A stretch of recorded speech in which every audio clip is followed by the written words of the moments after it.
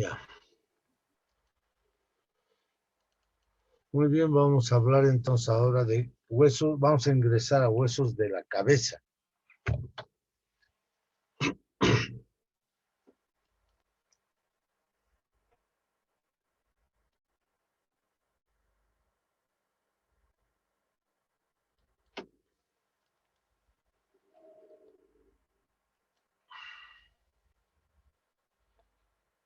Los huesos de la cabeza, jóvenes, son huesos que están en relación con la parte superior del eje del cuerpo.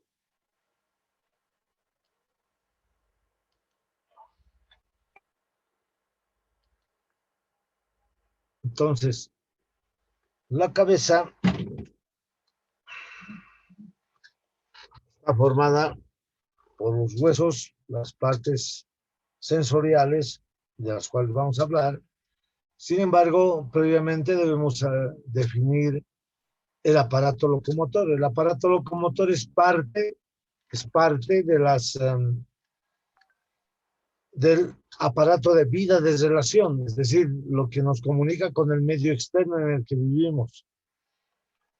El aparato locomotor está constituido por huesos, articulaciones y músculos. Huesos, articulaciones y músculos. Aquí tenemos un hueso, huesos, la articulación que forma a través de una cápsula de un tipo de articulación y los músculos. Entonces, esto es lo que corresponde al aparato locomotor. Aparato locomotor. Los huesos son huesos, es la parte pasiva y dura.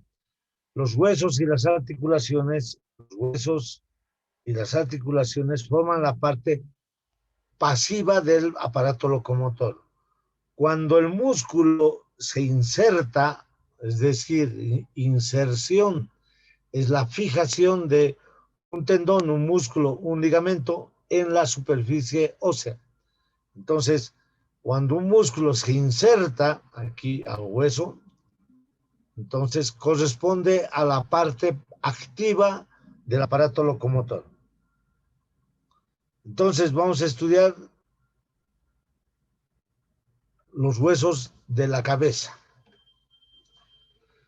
La cabeza en sí se va a dividir de la siguiente manera: en huesos del cráneo y huesos de la cara, llamado también macizo facial. Huesos del cráneo y huesos de la cara. Los huesos del cráneo a su vez van a formar la bóveda o calvaria y la base del cráneo. Aquí vamos a ver. La bóveda craneana, esta es la bóveda craneana y la base del cráneo. Aquí vemos la base del cráneo. Vista inferior y vista por la cara interna de la cavidad endocraneana. Estos dibujos lo van a encontrar ustedes en Netter. Estas son imágenes de Frank Netter. Entonces, tenemos la base del cráneo y la bóveda del cráneo. Aquí está, la bóveda del cráneo. Aquí vemos la bóveda del cráneo. Entonces, el cráneo, por lo tanto, se divide en una base y una bóveda, o calvaria. ¿Por qué se llama calvaria? Porque es ahí donde empezamos a perder los pelos y nos quedamos calvos. Y luego tenemos los huesos de la cara. Los huesos de la cara, que son estos los que están por debajo del cráneo, está la cara aquí. Vamos a ver la división esta de la manera más adecuada, como debe ser. Entonces, tenemos los huesos del cráneo y de la cara. ¿Qué huesos forman los huesos del cráneo? Los huesos del cráneo de la bóveda craneana van a estar formados por el frontal. Aquí tenemos frontal, parietal, dos parietales y un occipital. Un frontal, dos parietales y un occipital. Va a estar formada la base por el etmoides. Aquí estamos viendo el etmoides. El etmoides, la base por el etmoides, que es un solo hueso. El esfenoide es un solo hueso. Y los temporales, que son dos huesos. Hay que indicar que la base también, a su vez, está formada por una parte o una porción del occipital en la parte anterior. Entonces, eso también es importante tomar en cuenta como elementos que van a formar la base del cráneo. Entonces, estos son los huesos que forman la región del cráneo. La cara va a estar formada por los siguientes huesos. Los huesos propios de la nariz, que son en número de 2. El maxilar superior, que son en número de 2, que se unen en la línea media. El unguis o hueso lagrimal, que son en número de 2, izquierdo y derecho. Los malares, que son 2, izquierdo y derecho. Malare o cigomático. Luego tenemos el maxilar inferior, que es una sola pieza. Aquí vamos a ver. Es una sola pieza, que es el maxilar inferior. Es una sola pieza, maxilar superior. Y en la parte interna se encuentra en el fondo el vómer, en el fondo de la fosa olfatoria, no fosa nasal. El vómer al medio, y a los lados tenemos los cornetes inferiores. El vómer es un solo hueso. A ambos lados los cornetes inferiores, que son en número de 2. Y formando el paladar, aquí está, aquí vamos a ver mejor, aquí está. Y formando parte del paladar, aquí viene el palatino, aquí abajo. Esos son los huesos de la cara. Esos son los huesos de la cara. ¿Ya? Entonces, ya sabemos, la cabeza se divide en dos partes, en cráneo y cara. El cráneo se divide en dos partes, en bóveda o calvaria y base. Y los huesos de la cara, que forman el macizo facial. Ahora, para estudiar cada hueso tenemos que aplicar una metodología tradicional, que es el método de las invariantes. Si nosotros somos ordenados en nuestra exposición, vamos a utilizar esta técnica, que es importante, de la aplicación de las invariantes. ¿Qué significa eso? Que para que nosotros expongamos o expliquemos cada hueso, debemos seguir una metodología completa. Indicar el nombre, la situación, la posición, la clasificación, los detalles anatómicos, la función y las aplicaciones clínico-quirúrgicas. Entonces, vamos a empezar estudiando los huesos de la bóveda craneana. Los huesos de la bóveda craneana son el número de 3. Aquí estamos viendo, tenemos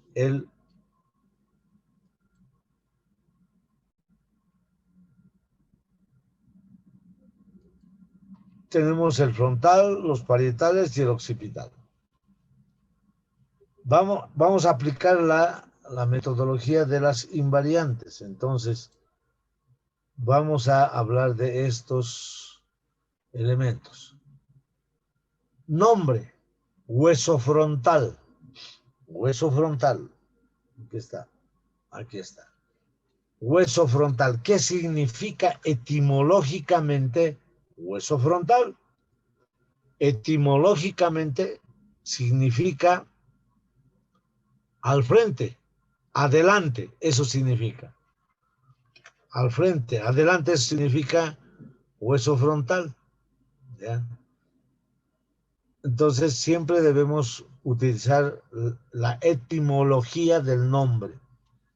Frontal, ya sabemos.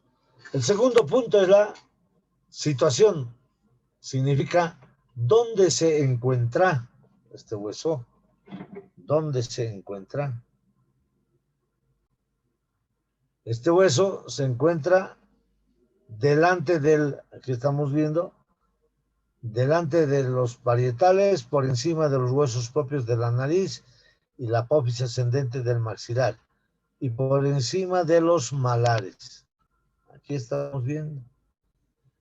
Delante de los parietales, encima de los huesos propios de la nariz, de la apófisis ascendente del maxilar, y por encima también del ala mayor del esfenoides y del malar. ¿Ven? Aquí está. O sea, este hueso es muy importante en la medida en que tiene varias articulaciones con varios huesos aquí. Aquí con 1, 2, 3, 4, 5, 6. Con 6 huesos se articula. Con el etmoides más 7 son. Este hueso es muy importante, por eso dentro de la estructura del cráneo. ¿Ya? Entonces, primero es eso, situación. Delante de los parietales, por encima de la ala mayor del esfenoides, por encima del malar, por encima y adelante y por encima de los huesos propios de la nariz, apófisis ascendente del maxilar y hueso unguis. Esa es la situación. En la parte media y anterior de la bóveda craneal, ahí se encuentra el hueso frontal. Segundo, posición. ¿A qué se debe? Ya hemos hablado en generalidades, la posición, ¿no? ¿Cómo vamos a ubicar a este hueso? Aquí está, vamos a ir. Aquí está. Hacia arriba se va a encontrar la porción vertical esta es la porción vertical del frontal, y hacia abajo, mirando hacia abajo, la porción horizontal del frontal. La porción vertical se llama también escama del frontal y la porción horizontal se llama región órbito nasal del frontal. Entonces, vamos a empezar hablando de la porción vertical o escama del frontal. Esta porción vertical vamos a observar en esta parte dos eminencias convexas que se encuentran a ambos lados de la línea media, dos eminencias que se conocen con el nombre de eminencias frontales, ya que son las que van a expresar externamente lo que hay dentro de esta región, ¿no? Aquí, por ejemplo, vamos a ver dónde está.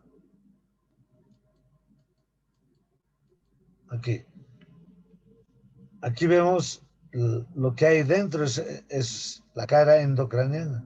Entonces, en la porción frontal, en la porción de la escama frontal, vamos a encontrar una cara endocraneal y una cara exocraneal. En la exocraneal hemos encontrado las eminencias frontales.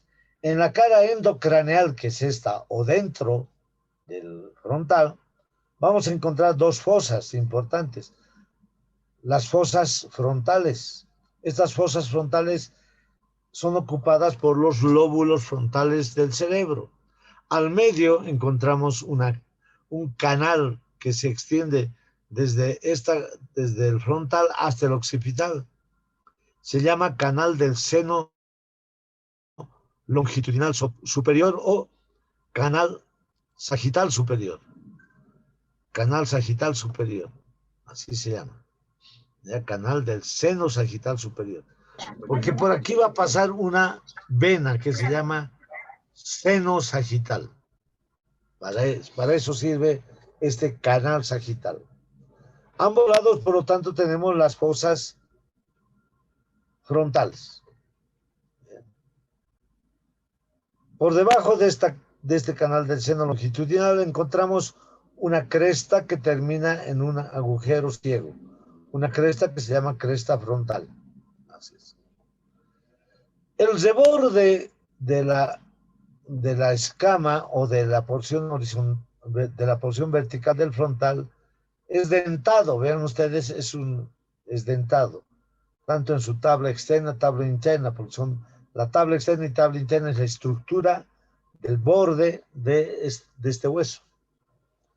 Entonces, está dentado, es dentado. Por lo tanto, vamos a tener que esa región dentada sirve para articularse con el parietal. Aquí estamos viendo. Ese borde dentado sirve para articularse con el que está con los parietales. Ese borde dentado sirve para articularse con los parietales. Y esta es la fosa.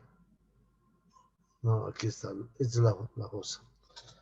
Bien, seguiremos aquí. Aquí vemos, aquí está la fosa craneal anterior. O sea, la cara endocraneal va a ir a formar la fosa craneal anterior. La fosa craneal anterior. La fosa craneal anterior. Aquí está. La fosa craneal anterior. Bien.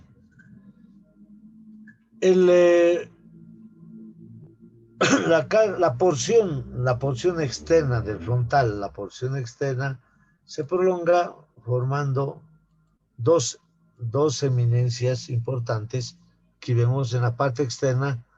Vamos a encontrar dos crestas más que todo. Estas son crestas. Cresta frontal externa o tuberosidad frontal externa se llama, que es la que se va a articular con el malar y se delimita esta cresta frontal externa con una cresta a su vez, una cresta más o menos cóncava hacia atrás y convexa hacia adelante, que se llama cresta temporal del frontal, porque va a ir a formar parte de esta fosa que se llama fosa temporal.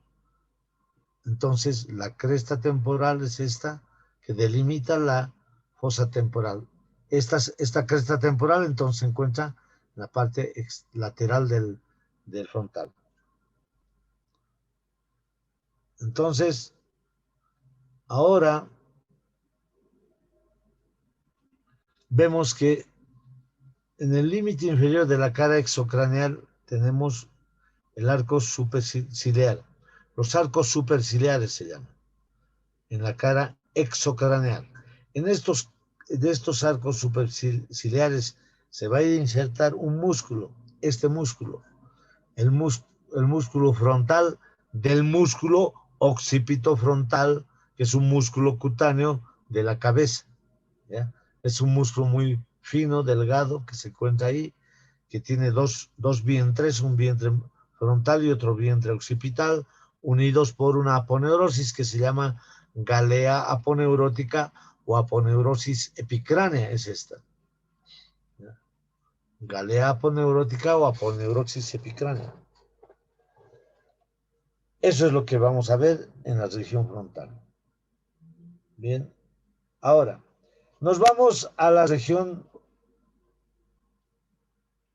a la porción horizontal del frontal que se llama la órbito nasal. ¿Por qué? Porque va a contribuir a formar la región de la órbita y parte de la nariz. Y la nariz, porque... Entonces, esta región orbitonasal está separada de la porción vertical o escamosa por una cresta. Ven ustedes aquí, esta es la cresta, es una cresta que corresponde al reborde orbitario superior. Este reborde orbitario superior va a tener una escotadura y un agujero importante, se llama escotadura supraorbitaria y un agujero supraorbitario, ¿ya? Que sirven para el paso de nervios del trigémino, del oftálmico, del nervio oftálmico del trigémino, que vamos a hablar en su momento. Entonces, tenemos las dos fosas derecha e izquierda, fosas orbitales. En estas fosas, lo que más se destaca son a su vez dos fosas. Una fosa externa, que corresponde a la fosa lagrimal, donde va a estar ocupada por una glándula muy importante, que es la glándula principal, la glándula lagrimal. Internamente vamos a tener la otra fosita, la fosita troclear, donde vamos a encontrar la inserción de la tróclea del músculo oblicuo superior del músculo periocular. Veamos aquí. Voy a mostrarles eso. Entonces, vemos aquí. Esta es la glándula lagrimal. Esta es la que va a ocupar la fosa lagrimal en el techo de la órbita. En el techo de la órbita. Aquí, este es el techo de la órbita. Vamos a ver aquí. Aquí está el techo de la órbita. En esta parte externa se encuentra la fosa lagrimal. Entonces, aquí está la fosa lagrimal. Aquí, pintado de amarillo, estamos observando el lugar donde es ocupada por la glándula lagrimal. Y aquí está la glándula lagrimal. Y en la parte interna se inserta la tróclea o la polea de este músculo que se llama oblicuo mayor del globo ocular. Es un tendón que se inserta ahí en la fosita troclear. Aquí estamos viendo esta fosita troclear, que sirve para la inserción de la tróclea o polea del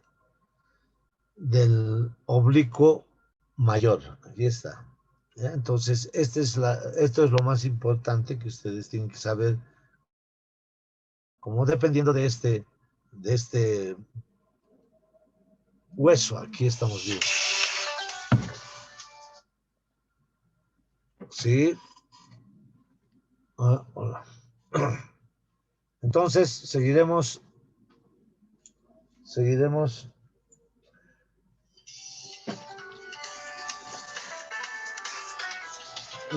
un momento, por favor, están llamando.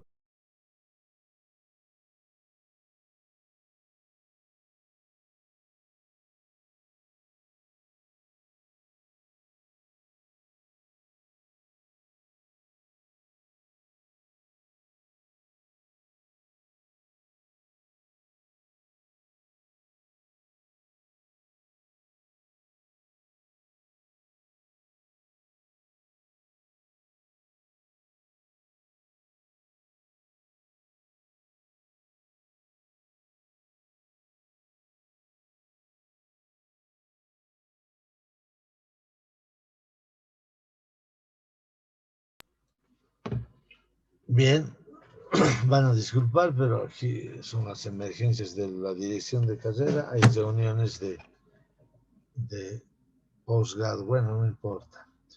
Bueno, seguiremos.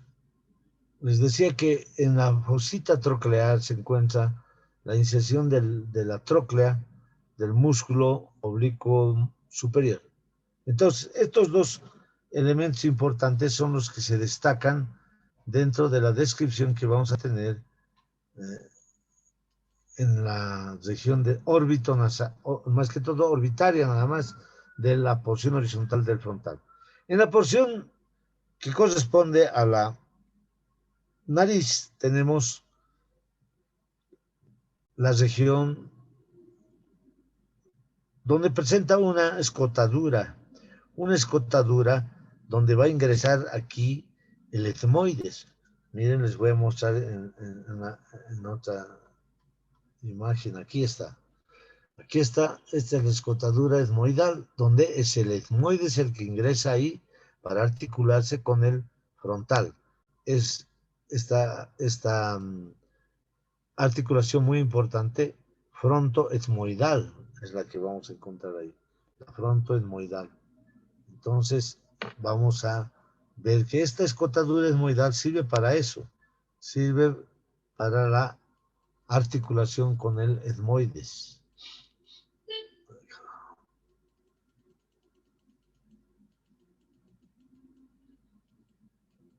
Aquí está. Entonces, esta escotadura se llama escotadura etmoidal para articularse con el etmoides. Hacia adelante encontramos otra escotadura aquí, esta escotadura que vamos a ver Aquí estamos viendo, esta escotadura aquí se llama escotadura nasal del frontal. ¿Para qué sirve? Para articularse con estos dos huesos que van a formar el techo de la fosa nasal. El techo de la fosa nasal. Son los huesos propios de la nariz. Son los huesos propios de la nariz. Aquí tenemos. Para formar la articulación frontonasal. Frontonasal. Entonces estamos en esto. La articulación frontonasal. Muy importante también, entonces, como parte de la región orbitonasal.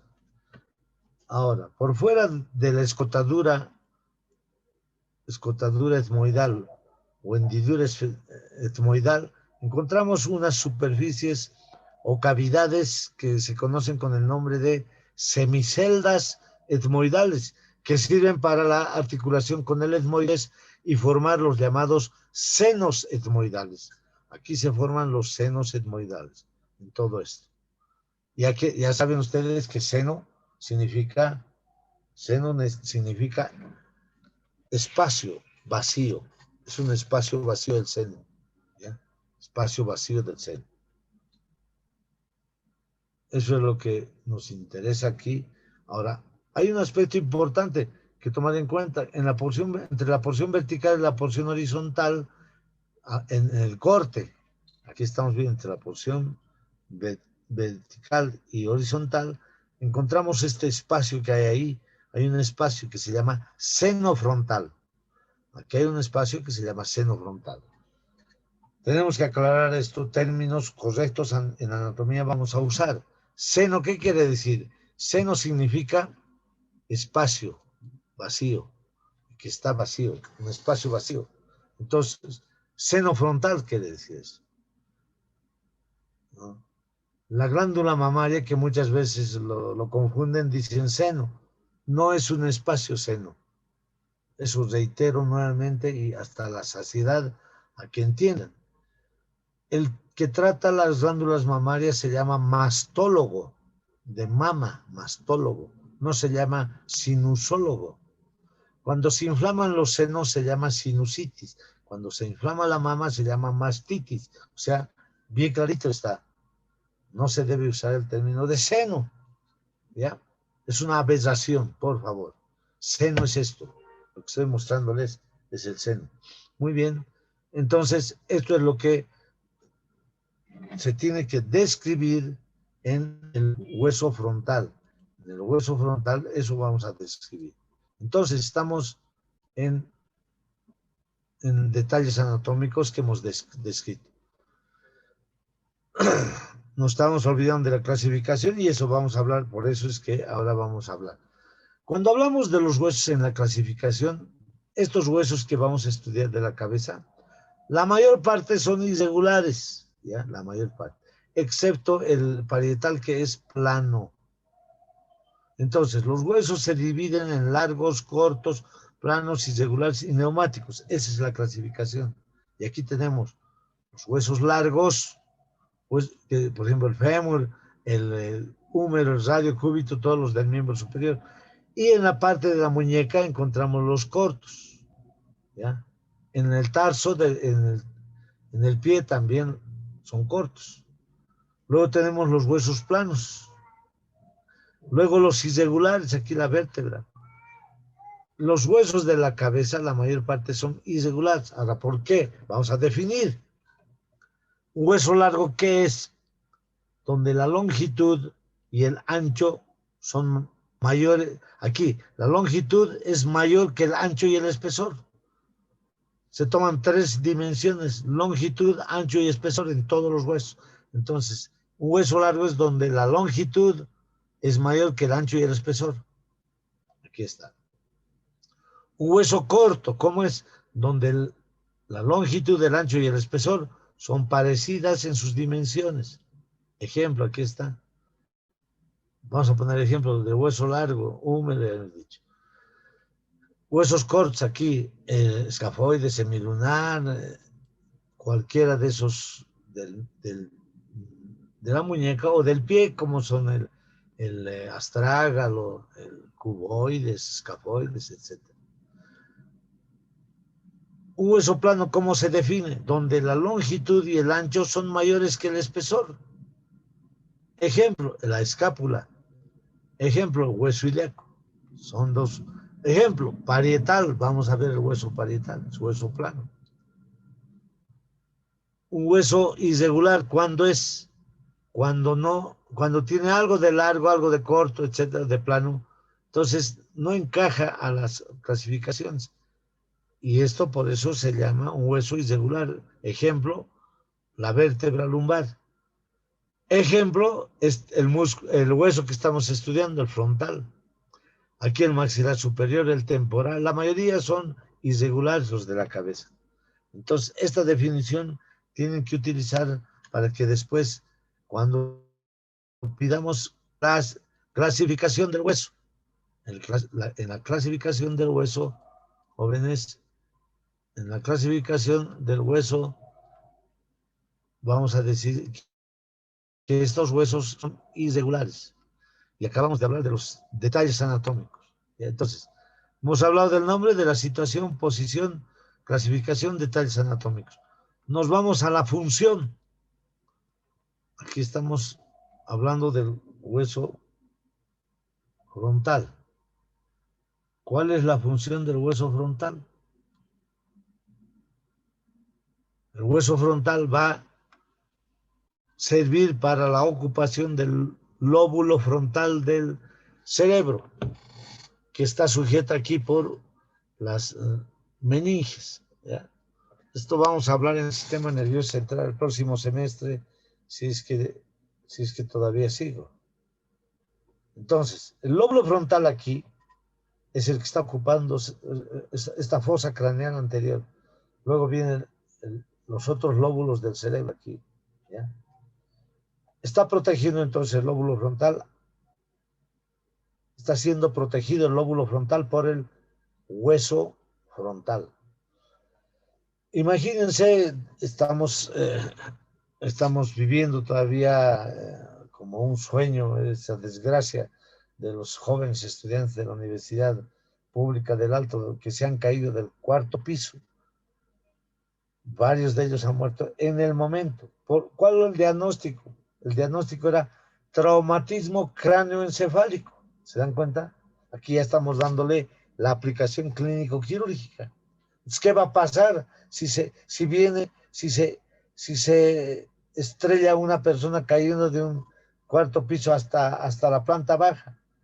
Hay fractura de este hueso y destruye el lóbulo frontal, lóbulo parietal, toda la cabeza, pues, prácticamente, cuando hay semejante caída. O un coscorrón simplemente a un niño le produce dolor, lesión, edema cerebral, un golpe de la cabeza simplemente ya puede producir lesiones del lóbulo frontal. Y son tan importantes las funciones del lóbulo frontal, ¿no? Es donde se encuentran los centros de la memoria, el talento, el raciocinio, la inteligencia, los sentimientos, etcétera, etcétera. Es donde se encuentran ahí las áreas motoras principalmente. Entonces, ese es el papel principal del hueso frontal, proteger al lóbulo frontal. Y cuando hay un traumatismo craneoencefálico, fuerte, porque tiene que ser muy fuerte. Ustedes mismos tienen huesos del cráneo en sus manos, van a tratar de golpear, es duro es la cabeza. Pero tampoco no es pues para que puedas resistir un choque tan grande, ¿no? ¿Qué pasa cuando hay, por ejemplo, en el caso de estos jóvenes que han caído? El diagnóstico ha sido traumatismo cráneoencefálico con masa encefálica lacerada, o sea, se ha deshecho el cerebro ahí adentro. El resto del cuerpo también es politraumatismo, fracturas costales, fracturas de miembros superiores, cadera, miembros inferiores, órganos con estallido de riñones, estallido de hígado, etc. Es un drama, jóvenes. En la autopsia, cuando hacemos en pacientes de este tipo, encontramos todo deshecho, jóvenes.